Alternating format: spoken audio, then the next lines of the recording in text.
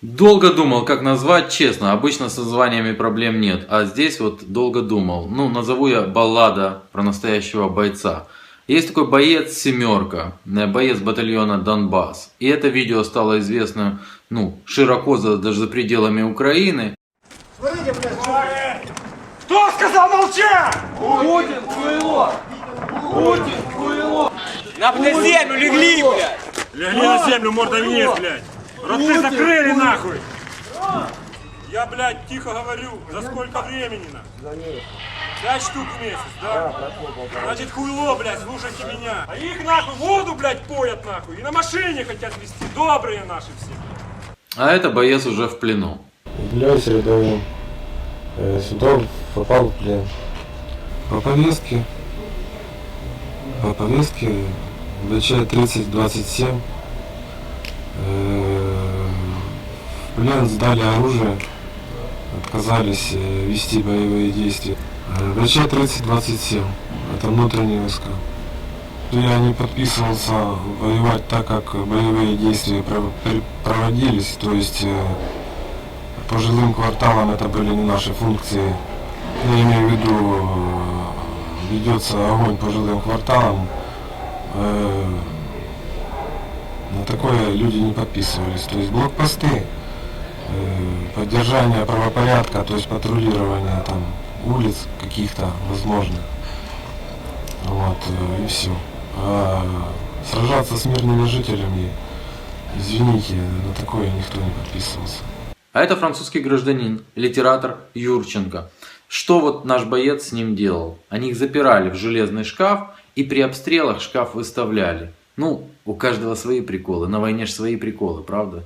А наш боец сейчас перед ним будет извиняться. Я очень рад, что еще раз вас увидел. От чистого сердца. Я хочу у вас попросить прощения, независимо от того, простите ли вы меня.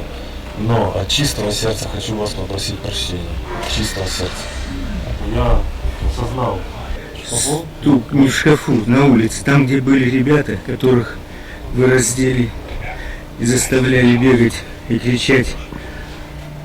Раздеть отдал приказ начальнику. Нет, ну бегать на четвереньках, их погонять и кричать, потому что вы знаете, чем уж лучше. Бежать и всячески. И когда меня привели, меня спас от вас медик ваш. Он просто протолкнул. Вы и другой ученик, вы сказали, ты живым, запомни на француз, ты отсюда не уйдешь живым. Я не хочу, я хочу, желаю добра и чтобы вы жили живы, писатель. То есть мне очень было не по себе. Я потом ночью пошел, ночью пошел, вас уже не было, он уже вас вывез. Я от искреннего сердца. Я верю в жизнь, я желаю, чтобы действительно... Чем я могу вам помочь искупить свою вину? Я не знаю, искупить свою вину понятно, я сейчас вас понимаю. Но я все-таки прощение, я очень благодарствую, что вы простили, но все-таки я хотел бы, может быть, помочь чем-то. Просил здесь людей, чтобы дали возможность перед вами извиниться, они говорили, что вас типа, нету, уехали где-то. Ну, теперь я рад, что я смог перед вами извиниться.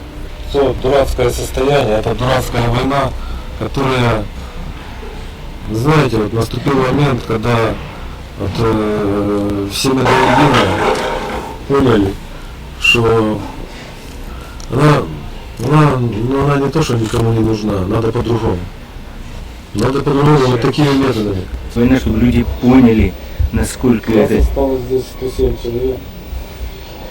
Ну, не могу говорить за всех 107, но 100 человек это поняли. Я для себя решил, если я останусь жив, если Донецкая народная республика даст такую возможность, я займусь волонтерством и буду отправлять сюда гуманитарные грузы, ну, так же, как это было к нам, также я буду делать это сюда по мере возможности. И, ну, вот это единственное, что я могу, что буду делать со мной. Мне главное ваше прощение. Честно. Ну и все. Честно и искренне. Все понятно. Я человек, как бы, по жизни своего слова, но если будет возможность в жизни ее продолжить, я займусь тем, чем я вам даю слово. Ну, совесть, она такая штука злая, она грызет. Как бы там ни было, но... Ну, встретимся, что там, в России, Украине, все тесно так. Ну. Пересечем, встретимся. Париж, все. Ну, Париж не по моим возможностям. Да нормально, найдем возможность, что. Ну, встретимся. Юрий Васильевич, простите еще раз. В жизни. Жизнь учит. Сообщалось, что у бойца позвоночник сломан в нескольких местах.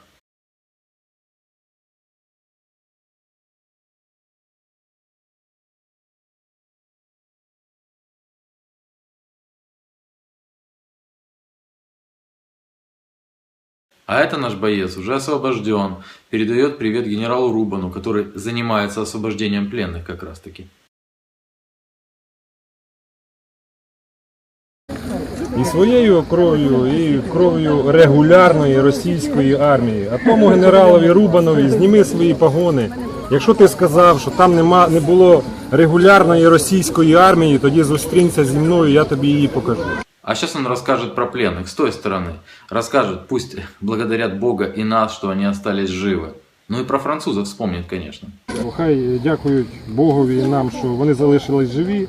А, до речі, по цьому полоненому, що він так там сильно розплакався, як йому там дали 2 пощечини. Ви маєте на увазі Юрченка? Я маю на увазі Юрченка. Хтось якихось там 2 оплюхи, він сльози, соплі, спецназовець, садист. Це було сміх. Тобто я садист, а він от нормальний письменник, громадянин Франції, який проживає зараз в Москві, який був в камуфляжі, в формі такі самі, як і всі остальні ополченці. Зі зброєю були всі. В'їхав він в Україну через територію Румунії, так. В ДНР попав, йому лічно Стрілков підписав, здається, написав, що він не має там до мене претензій. А які претензії, якщо на камеру Life News сказав, що там його поламана нога, це дійсно випадкові.